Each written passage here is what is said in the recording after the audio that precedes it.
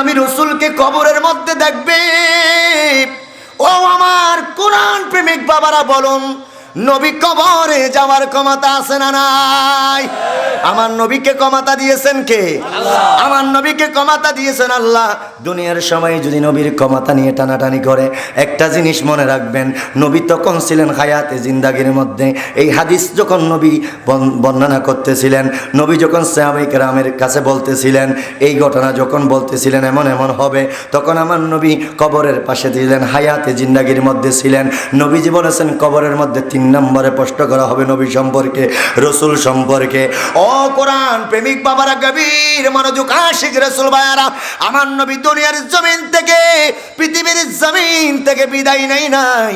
নবী এখনো কবর শরীফের মধ্যে রওজা পাকে যাই নাই, কিন্তু আমার নবী বলতেছেন যারা কবরে যাবে তাদেরকে প্রশ্ন করা হবে, নবী সম্পর্কে প্রশ্ন করা হবে। তাহলে বোঝা যাচ্ছে নবী দুনিয়ার জমিনে থাকলেও নবী, আর নবী কবরে গেলেও সেখানেও নবী আছে না নাই? আরেকটু জোরে বলুন, আছে না নাই? আমার নবী কবরের জন্য রহমত, আমার নবী দুনিয়ার জন্য রহমত। সুবহানাল্লাহ, আল্লাহু আকবার, ইয়া রাসূলুল্লাহ, ইয়া গাউসুল আজম দস্তগীর, জিন্দাবাদ জিন্দাবাদ। সেই জন্য আমার নবী বলে, হে আমার উম্মতেরা, হায়াতি খায়রুল লাকুম ওয়া মামাতি খায়রুল লাকুম। আমার হায়াত তোমাদের জন্য রহমত, আমার মওত তোমাদের জন্য রহমত, আমার মওত তোমাদের জন্য রহমত।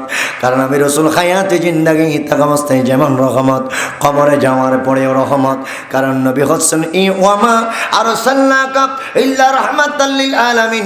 নবীর রহমত যেমন দুনিয়ার জমিনে চলে কিয়ামত পর্যন্ত, দুনিয়া কবর হাসরে কঠিন ময়দানে ফুলসিরাতে মিজানের পাল্লায় আমার নবী রহমতের ক্ষমতা চলতেই থাকবে।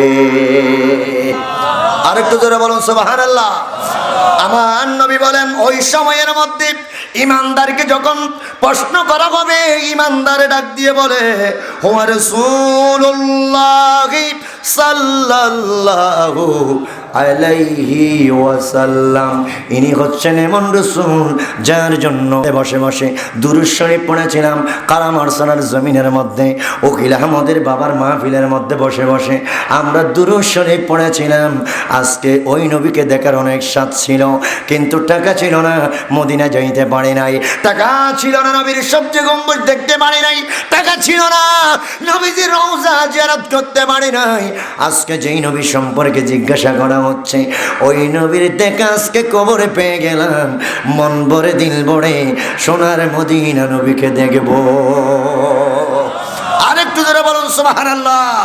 আমার কোরআন প্রেমিক বাবারা, নবী বলেন তখন ওই মুহূর্তে বলা হবে আমার নবী রাসূলুল্লাহ ইসলাম সম্পর্কে জিজ্ঞাসা করতে দেরি ওই ইমানদার ব্যক্তি বলবে ইনি হচ্ছেন আমাদের রাসূল, যাকে দাঁড়িয়ে দাঁড়িয়ে সালাতু সালাম দিতাম। সুবহানাল্লাহ।